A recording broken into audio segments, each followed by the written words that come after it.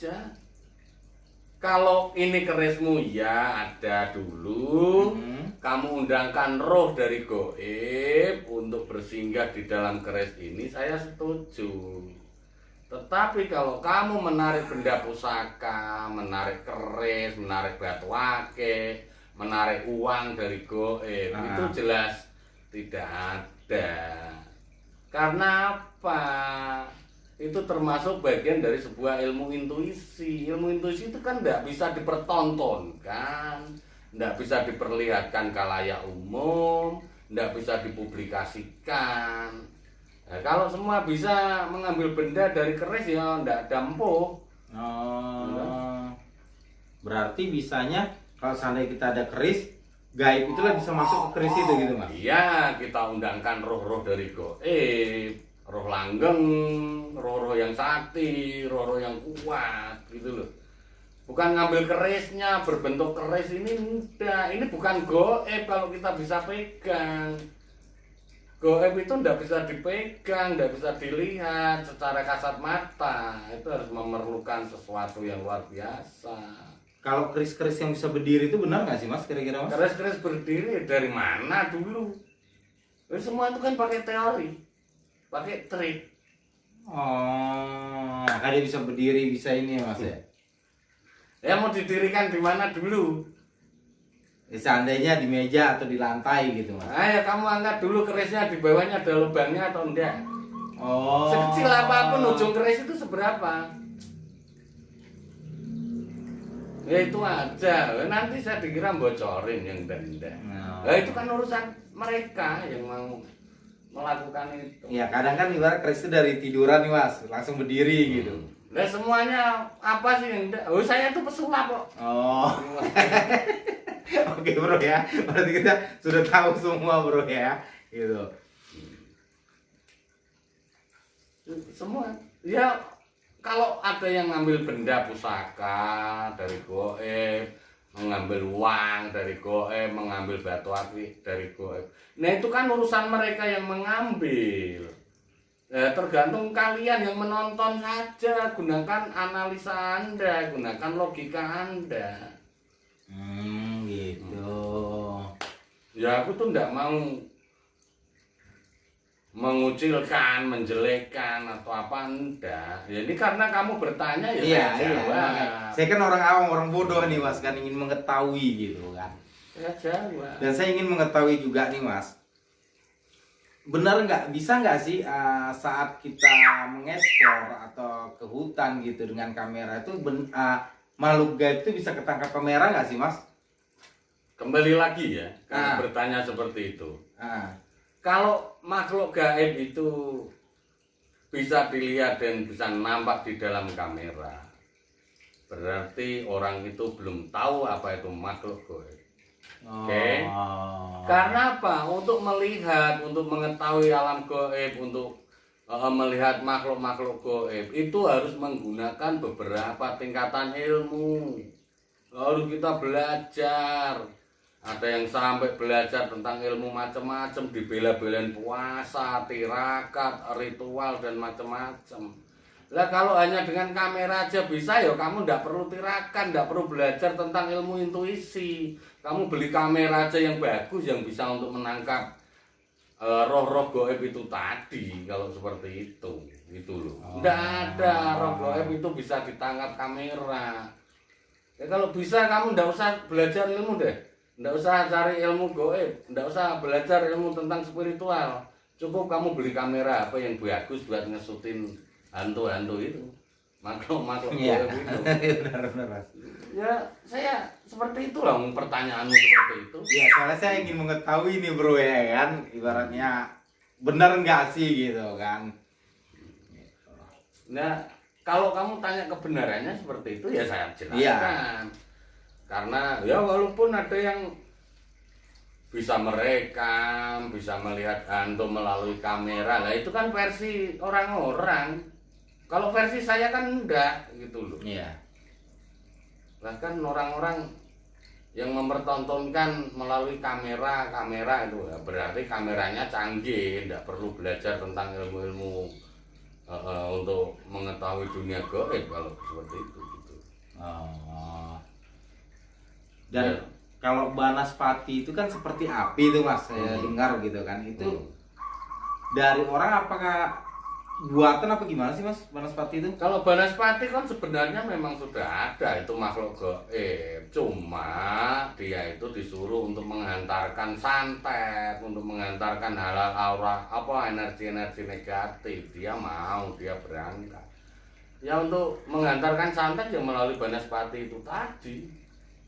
Berarti Banaspati itu kiriman orang tuh buat santet lah ya Mas ya? Bukan Banaspati kiriman orang untuk membuat santet itu enggak. Santet itu dikirim orang melalui jasanya Banaspati itu. Banaspati itu sejenis jin. Oh. Kenapa Banaspati mau mengirim santet itu? Karena seorang dukun santet untuk mengirimkan santet itu sudah pasti dia melakukan ritual-ritual khusus. Dan ritual itu untuk memberikan upah bahasanya kepada si Banaspati tersebut. Makanya Banaspati mau mengantar santet itu. Banaspati itu jin. Oh, jin ya Banaspati ya. Hmm. Kalau cara kita menghindari nih Mas, santet sama persugihan tuh gimana sih Mas cara menghindarinya? Ya kalau mau menghindari pesugihan ya kamu jangan cari pesugihan, itu yang pertama. Oke. Ya kalau untuk menghindari santet ya cukup kalau kamu itu ada beberapa metode ya di dalam rumah kamu atau di halaman-halaman rumah kamu, tanah-tanah kamu dikasih namanya pagar untuk itu supaya tidak tembus dengan santet. Kalau mau tahu metodenya minimal tuh kamu tarik telur soang yang busuk itu. Oh. Ya, terus kasih kembang 7 rupa, minyak dan sebagainya diritualin. Tapi kan bukan cuma itu, ya ada mantranya. Semua pasti ada bacaannya ya Mas ya. Pasti ada gitu loh. Kan santet itu kan juga mencari celah. Orang mau nyantet orang juga ndak asalnya antet blus juga ndak. Hari ini harus dihitung. Dia harus tahu hari pasaran, hari ini orang ini kosongnya kapan, ininya kapan. Makanya orang Jawa lebih tahu hari itu. Dari Minggu, Senin, Selasa, Rabu, Kamis, Jumat, Sabtu. Ya toh, tahu Paing, Pon, Wage, Kliwon, Legi. Ini ada hitungannya. Minggu itu 5, ya toh. Oh. Senin 4, Selasa 3, Rabu 7, Kamis 8, Jumat 6, Sabtu 9. Nah kalau Paing, Pon, Wage, Kliwon, Legi, Paing itu 9, Pon 7, Wage 4, Kliwon 8, Legi 5. Ini antara hari dan pasaran dijadiin satu. Kita hitung bagaimana, entah dari sini, sini. Ini setiap hari dihitung orang itu pasti ada kekosongan di dalam dirinya. Ini fungsinya perhitungan Jawa. Mungkin bingung bro ya kalau kita bukan orang Jawa bro ya cara menghitung itu ya bro ya. Ya, makanya masing-masing itu kan ada adat, ada budaya, nah, macam-macam gitu loh. Makanya ilmu intuisi seperti itu ya tidak bisa dipublikasikan, ditunjukkan. Saya mau menyantet, saya mau ini tidak akan bisa ditunjukkan ke siapapun gitu. Itu ada kesakralannya seperti itu. Mungkin udah paham lah ya Mas ya dengan penjelasan seperti ini Mas ya, orang awam gitu Mas ya, seperti saya gitu ya. Ini sebenarnya orang itu bukan masalah awam atau tidak, mau belajar mendalami atau tidak, itu saja. Dan orang yang bisa mendapatkan ilmu itu Mas, apakah ada keturunan, apakah ada nggak ada keturunan itu bisa dapat juga seperti itu Mas? Lu siapapun bisa belajar ilmu santet, siapapun bisa. Yang penting niat kuat, tirakatnya kuat, puasanya kuat. Ilmu santet itu kan ada pembelajaran, ada ritual-ritualnya, ada puasanya, ada tirakatnya, ada mantranya, ada caranya. Itu kan bisa dipelajari. Berapa hari sih Mas puasa itu biasanya kalau orang perdalam santetnya gitu? Lah kamu itu nanti mengira aku tukang santet. Enggak, gitu. ibaratnya setahu Mas gitu ibaratnya. Setahu saya ya paling tidak ya puasa bisa 40 hari mute, ada juga yang puasa 7 hari mute, pati geni sehari semalam. Kan macam-macam. Mantra itu beda-beda. Orang-orang dulu tuh menciptakan ilmu tuh beda, walaupun sama, tapi beda-beda mantranya, beda-beda caranya, beda-beda cara melakukan atau metodenya. Tetapi tujuannya juga santet-santet juga kan gitu. Kalau orang yang kena santet atau kena persugihan dan meninggal itu Mas, dia tetap di alam sini apa di ini Mas? Kalau orang meninggal kena santet ya tetap kembali lagi arwahnya ke sana. Tetapi kalau orang yang kena pesugihan itu sudah pasti karena waktunya belum meninggal ya dia akan ikut ke yang dimintain pesugihan itu, yang dibuat tumbal ya ikut ke tempat situ dulu gitu. Ini korban gitu. Oh, paham. Ya urusannya nanti ya mereka pertanggungjawabkan sendiri sama Allah gitu loh yang mencari pesugihan itu. Ini kayaknya tertarik banget apa pengen cari pesugihan loh. Bukan Mas, soalnya gini Mas, banyak ibaratnya ya saya dengar gitu Mas, saya di Jawa itu orang kena persugihan, kena santet gitu Mas, saya bingung gitu. Ya makanya kembali lagi, saya itu kan mengingatkan, jangan sampai suuzon, jangan sampai menuduh orang. Kalau ada orang kena santet ya diobati saja. Tidak perlu dijelaskan siapa yang ngirim, siapa yang nyantet, siapa yang nyuruh. Supaya apa? Supaya tidak timbul fitnah. Nah, ketika ada keluarga yang bertanya dari mana, cukup dikasih tahu saja. Mau sembuh atau mau cari siapa yang nyantet. Kalau dia bilang mau cari yang nyantet, jangan diobati. Tetapi kalau dia bilang mau sembuh, ya kita bantu. Oh gitu ya Mas ya. Iya, itu kan biar tidak timbul fitnah. Iya. Kalau orang yang sudah bisa mengobati santet, mengobati hal-hal seperti itu kuncinya jangan sampai memberikan tuduhan atau fitnahan dan suuzon sama siapapun. Karena apa? Itu tidak bisa dibuktikan dengan secara lisan, secara real. Takutnya terjadi fitnah, ini terjadi apa? Dendam. Oh. Turun temurun nanti dendamnya kalau tahu seperti itu. Nah, soalnya kan santet atau persugihan ini kan tidak ada hukumnya Mas ya. Tidak ada, orang itu kan saya sudah bilang ilmu intuisi itu tidak bisa dipertontonkan, tidak ada pembuktian gitu.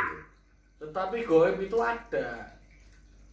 Nah, menjalankan gaib lah siapa yang mau mengadili tentang gaib gitu. Ilmu gaib itu kan tidak bisa dilihat kasat mata. Iya.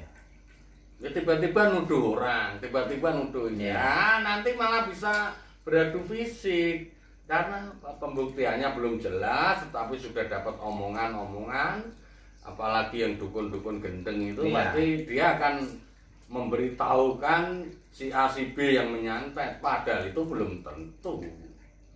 Itu artinya dia tidak memberikan solusi yang baik, tetapi lebih pada mengadu domba. Itu menimbulkan dendam kalau kayak gitu. Kecuali orang yang disembuhkan itu kerasukan Mas ya, dan berbicara sendiri mungkin gitu, bisa gitu Mas ya.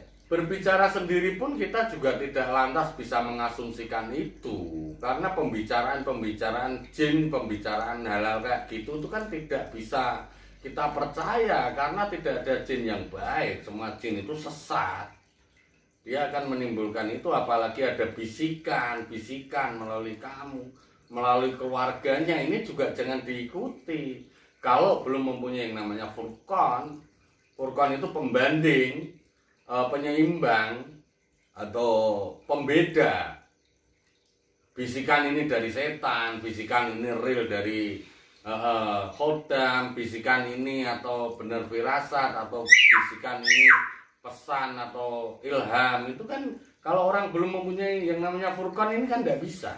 Oh, berarti nggak semuanya makhluk gaib seperti itu atau setan seperti itu yang berbicara jujur ya Mas? Yang namanya jin itu kan sesat. Jin itu kan semua sesat. Oh. Ya kalau nggak sesat ya kita nggak ada harus berlindung dari godaan jin dan syaitan. Iya. Gitu. Semua jin sesat. Makanya jin itu bisa ngaji, bisa mendengarkan ceramah, bisa apa saja karena hidupnya jin itu ribuan tahun.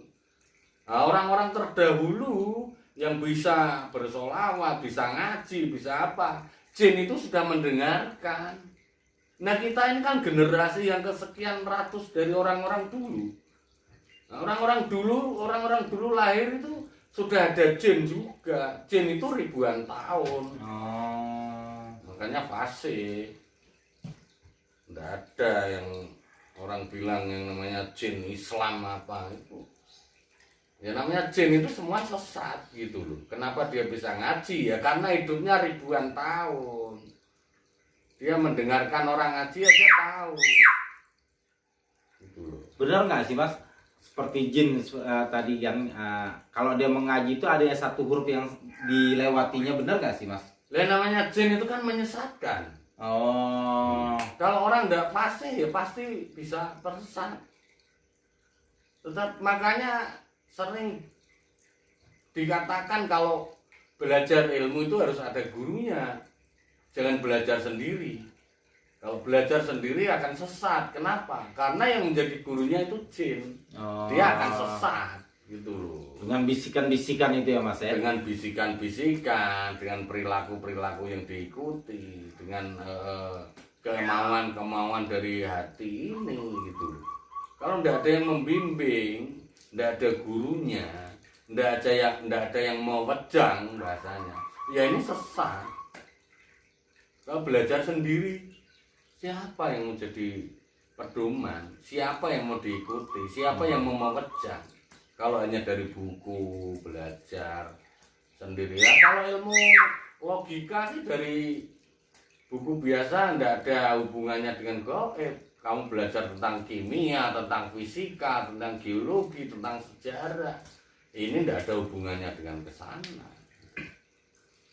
Mungkin ya cukup kali Mas ya, mereka sudah mengetahui kali Mas ya apa perbedaan santet dan persugihan ya Mas ya. Ya saya rasa seperti itulah perbedaan. Sudah cukup kali Mas ya penjelasannya di sini Mas ya. Ya mudah-mudahan ya, walaupun ini setidaknya udah ada lah bocoran. Walaupun saya itu bukan sempurna dan bukan orang ahli santet atau ahli pesugihan, tetapi setidaknya kan saya memahami. Walaupun tidak sempurna ya. Kalau ada yang lebih sempurna juga banyak, di Indonesia juga banyak spiritual yang lebih hebat kan gitu. Dan Mas Cakra ini bro bisa menyembuhkan orang yang kena santet atau kena tumbal persugihan ya bro ya gitu. Oke mungkin kita tutup ya Mas ya. Sudah jelas semua Mas ya. Oke bro, ketemu lagi nanti dengan saya Roy Pradana di acara Rojal Channel. Satu hati, satu rasa, Cakra Jiwa. Assalamualaikum warahmatullahi wabarakatuh. Waalaikumsalam warahmatullahi wabarakatuh. Makasih Mas Oke. atas informasinya.